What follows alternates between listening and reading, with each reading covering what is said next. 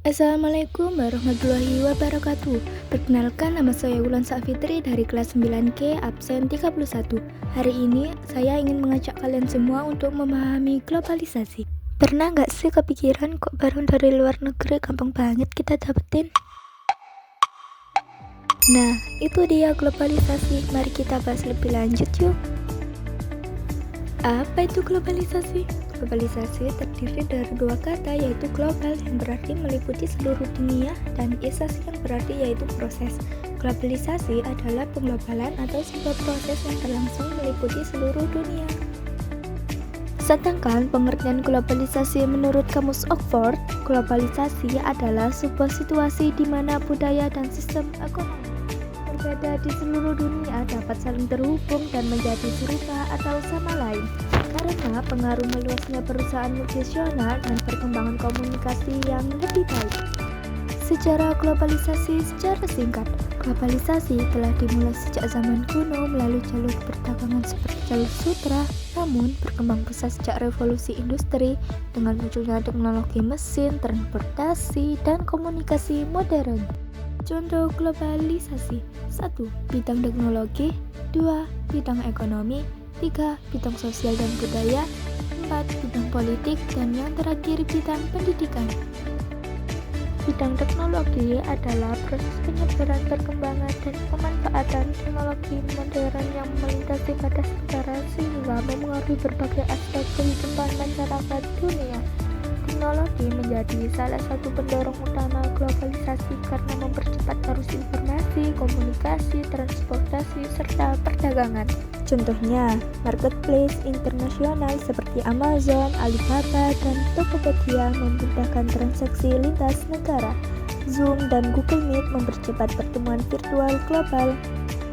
Bidang ekonomi adalah keterhubungan dan ketergantungan antar negara dalam bidang produksi, distribusi, perdagangan, investasi, dan keuangan.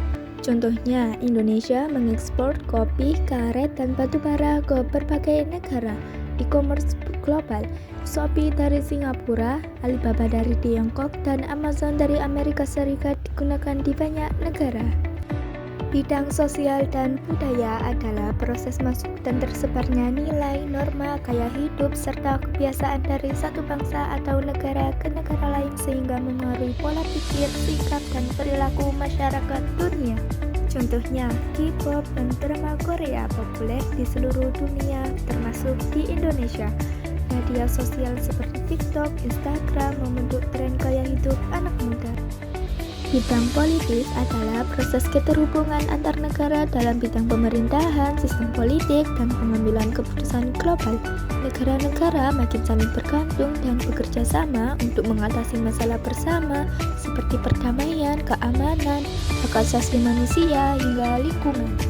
Contoh PBB adalah contoh klasik globalisasi politik, di mana negara-negara bekerja sama dalam berbagai bidang untuk menjaga perdamaian dan keamanan dunia. Dan yang terakhir, bidang pendidikan adalah keterhubungan dan pertukaran ilmu pengetahuan, kurikulum, teknologi pembelajaran, serta kerjasama akademik antar negara. Hal ini membuat proses belajar tidak lagi terbatas oleh ruang dan waktu. Contoh, mahasiswa Indonesia kuliah di luar negeri dengan beasiswa, misalnya LPDP, Javening, dan Erasmus. Penelitian bersama antara Universitas Indonesia dengan Universitas luar negeri. Ciri-ciri globalisasi: 1. Meningkatnya bertukar informasi, barang, dan jasa. 2. Perubahan dalam pola hidup. 3. Penyebaran informasi yang cepat. 4. Adanya ketergantungan antar negara. Dampak positif globalisasi: 1. Munculnya investasi asing yang meningkatkan lapangan kerja. 2. Memperluas wawasan dan toleransi terhadap budaya lain. 3. Mudah menikmati musik, film, kuliner, dan mode dari berbagai negara.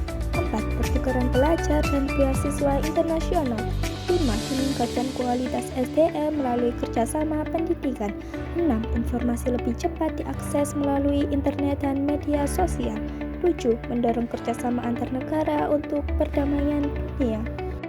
Dampak negatif globalisasi: 1. Perubahan gaya hidup ke arah konsumtif dan hedonis. 2. Kalahnya produk lokal karena persaingan dengan produk asing. 3. Lunturnya budaya daerah akibat masuknya budaya asing. 4. Penyalahgunaan teknologi yang merugikan seperti hoaks dan kejahatan siber. Sikap menghindari dampak negatif. 1.